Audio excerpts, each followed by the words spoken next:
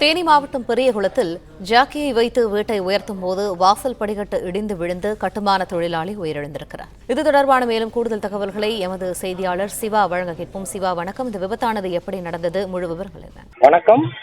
தேனி மாவட்டம் பெரியகுளம் நகர்ப்பகுதியில் உள்ள பகுதியில் வீட்டு கட்டுமான பணி நடைபெற்று வந்தது.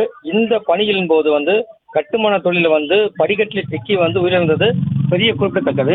இந்த நிலையில் தேனி மாவட்ட பெரியகுளம் நகராட்சிக்கு உட்பட்ட கஜேந்திரன் மில் நகர் பகுதியைச் சேர்ந்த ஜம்பத் சுந்தர் என்பவர் வீட்டின் வேலை நடைபெற்று வந்தது. இந்த நிலையில் பொங்கவரப்பட்டியைச் சேர்ந்த காமாட்சி நகரைச் சேர்ந்த வயது காமாட்சி என்பவர் வயது 38. இவர் கட்டுமான பணியில் ஈடுபட்டு வந்தார். தற்போது அந்த வீட்டின் பகுதியில் ஜாக்கி மூலமாக வீடை தூக்கும் பணியில் ஈடுபட்டு வந்த போது அந்த வீட்டின் படியின் பகுதியில் மண்ணை அள்ளி கொண்டிருந்த போது திடீரென்று படி கீழே விழுந்ததால் அவர் மேல் விழுந்து காமாட்சி மேல் விழுந்து அவர் இடுபாடி சிக்கிக் கொண்டார். இதன் தகவல் அறிந்த தீயணைப்பு துறையினர் மற்றும் காவல்துறையினர் அவர் மீட்கும் போது அவர் உயிர் இழக்கப்பட்டது. இந்த நிலையில் அந்த காமாட்சி உயிரிழந்ததை குறித்து தேனி பெரியகுளம் காவல்துறையினர் வழக்கு பதிவு செய்து விசாரணை மேற்கொண்டு வருகின்றனர்.